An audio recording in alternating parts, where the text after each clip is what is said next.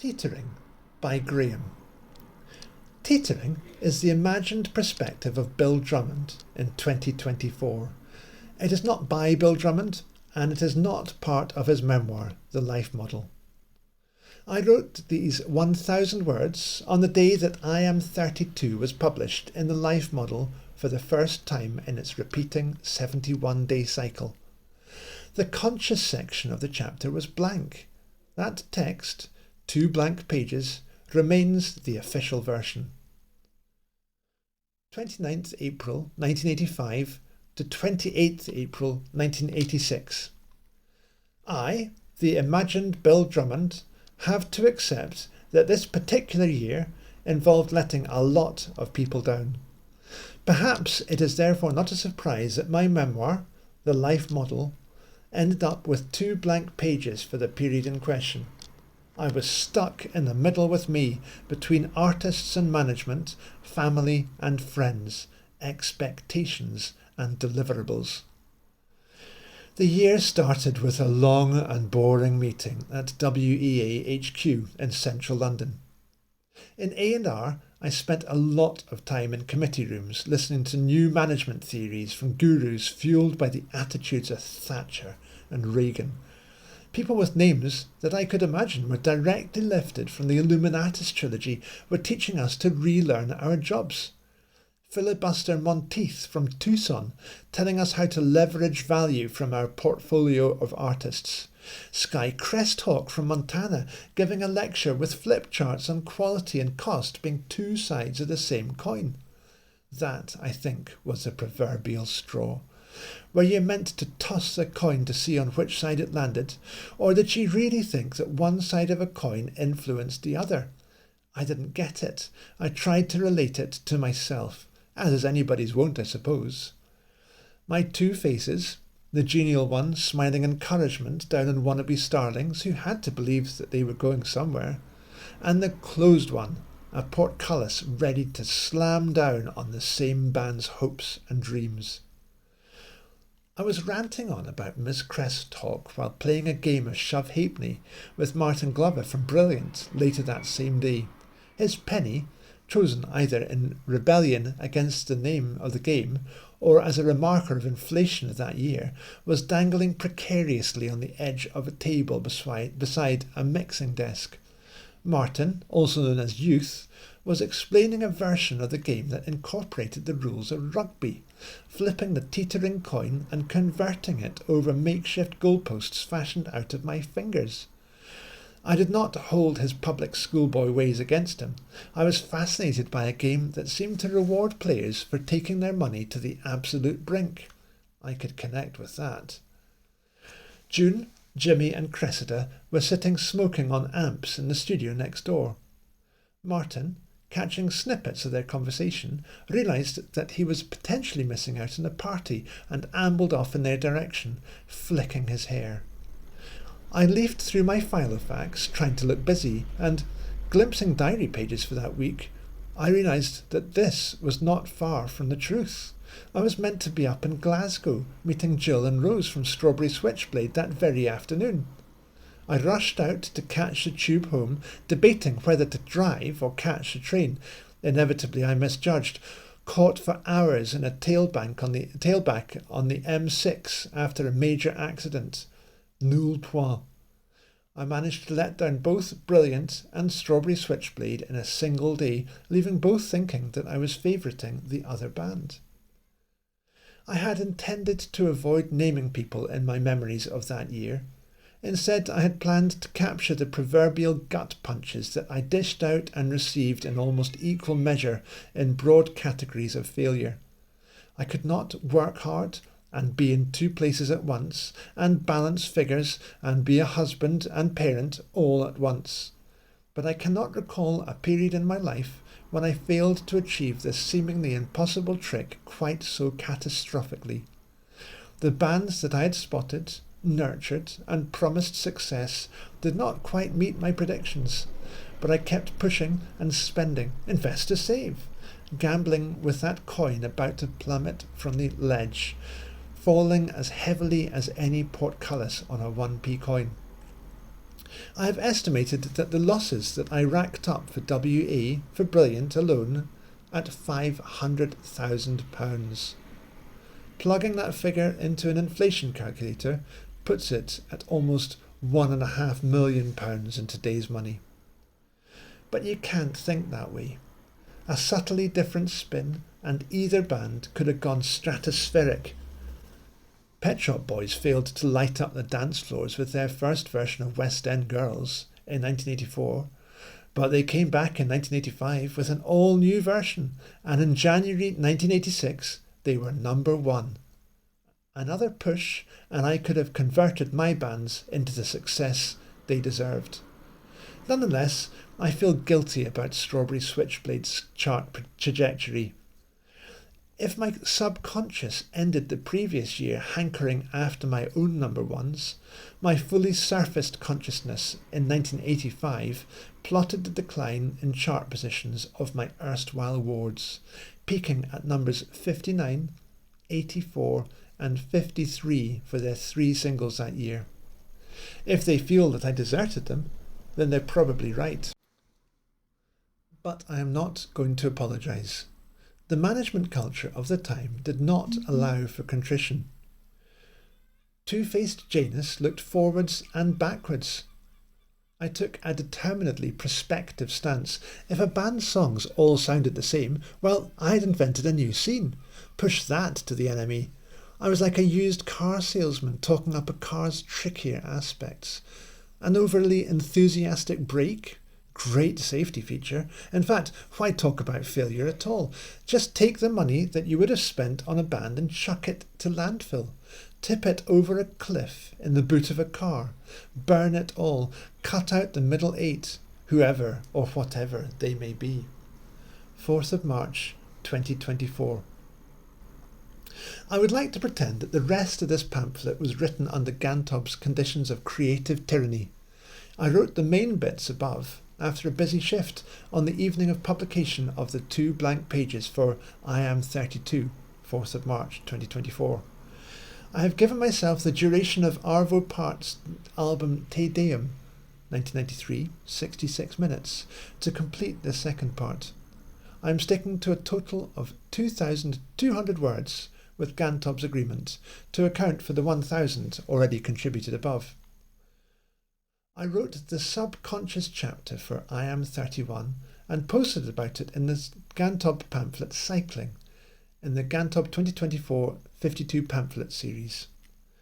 I wrote my bit for Bill Drummond's memoir in the third person by mistake. I made sure that I did not repeat that same mistake for this unofficial reenactment of I Am 32.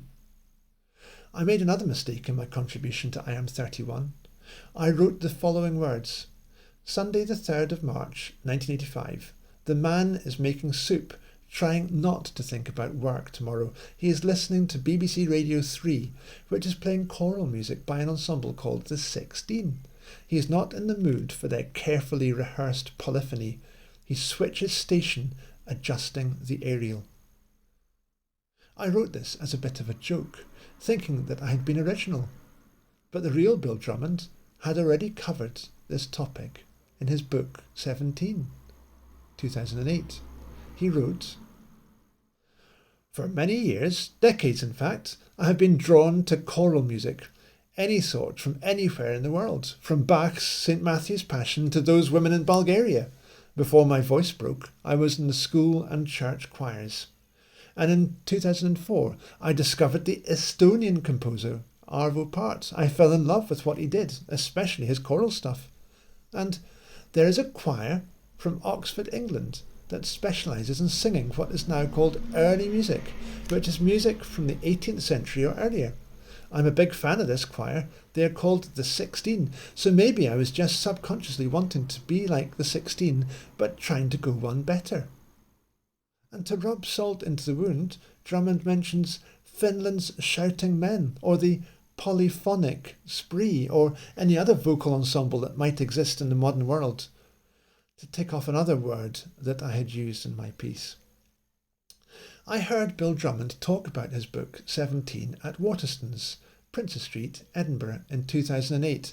Perhaps he read this section, and my subconsciousness had stored it up to regurgitate it slightly shuffled round in late 2022 in my attempt at imagining his reactions in 1985.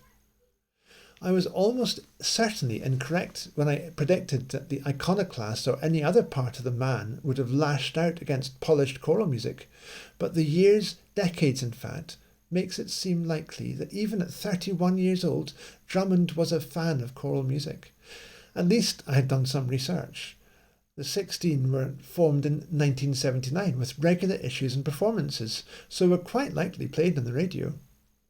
Sounds as if our imagined Bill Drummond would have left it playing though. Hopefully, by writing this down in black and white, it corrects my inaccurate predictions. Before I move on to my next point, I should highlight that polyphonic spree are not a classical choral act. Try the 16 or Arvo Parts music instead. I can recommend Te Deum. Drummond also noted his love of choral music by William Byrd and Thomas Tallis in a 2012 piece for the Quietus. Steve Reich, born 1936, and Henryk Górecki, 1933 to 2010, also got a mention. Going by their ages, it looks as if choral arranging is good for your health. Like Drummond, I sang in school and church choirs as a child. Dunfermline Abbey had a very active choir led by a choirmaster raised in the Anglican tradition. As a result, we did a lot of Byrd and Psalms, the final chord of each piece floating around the Abbey's nave for seconds after we stopped singing, highlighting our successes or flaws. Luckily for everyone else, I no longer sing. Before we move off the topic of music and Drummond's books, I wanted to mention another 2012 book, Ragworts. This is set in Forge Masters, Sheffield, in a connection to Drummond's teenage years in another steel town, Corby. Towards the end of Ragworts, he mentions inviting Forge Masters boss Graham Honeyman to play his saxophone alongside the industrial noises of the plant. In Sheffield's Score 5, 17 Deep Breaths, Drummond writes, "Take a deep breath, blow a long, low note on your horn, a note you imagine to be in harmony with the noises around you." The saxophone, a connection back to Gillian's Reeds and Rushes in her Thread series. Drummond also reminds us of a tradition in previous times for composers to compromise their craft by creating works that would include the musical aspirations of their patrons. I would not attempt to direct that at the benefactor, the patron of Gantob's project.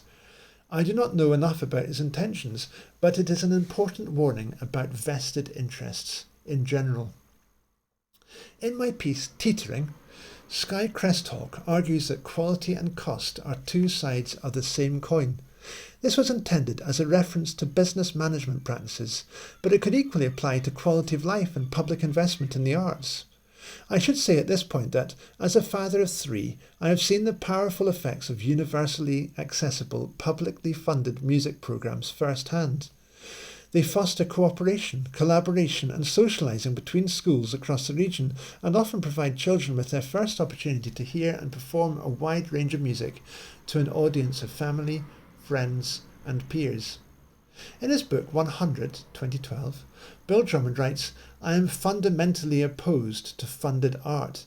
That said, I have been funded to do certain things in the past by funded organisations, and I am sure I will again in the future." It scarcely needs said that Drummond has a slippery relationship with cash, from the Kay Foundation with their £1 million to his $20,000 Richard Long photo.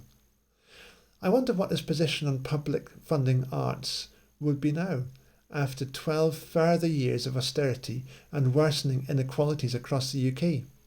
The devastating cuts being implemented to arts programmes, libraries and other essential services across the UK, for example those announced recently in Birmingham, will have a very major impact on life and opportunities in these areas for many years to come. We just have to look at the impact of removing culture, socialising and learning over the period of the pandemic lockdowns to find evidence of that. We need a flourishing creative arts sector for people of all ages. Children are arguably the most vulnerable to cuts though. Article 31 of the UN Convention on the Rights of the Child supports the right to rest and leisure, to engage in play and recreational activities appropriate to the age of the child, and to participate freely in cultural life and the arts. We can see the clear benefits on child development and future prospects with programmes such as Sistema Big Noise. Without ready access to orchestras, choirs, theatres and the visual arts, our communities are incomplete. Creative arts make a huge positive contribution to the country's economy and also on health and well-being at an individual and community level. The next generation of musicians, performers and artists will not just appear, it will need nurturing. Secure funding is an important part of that, not a toss of the coin. Graham, 10th of March 2024, pamphlet 15 of the 52 pamphlets, a contribution to the 9 Missing Years project. Send in your idea for a pamphlet via gantob.blog.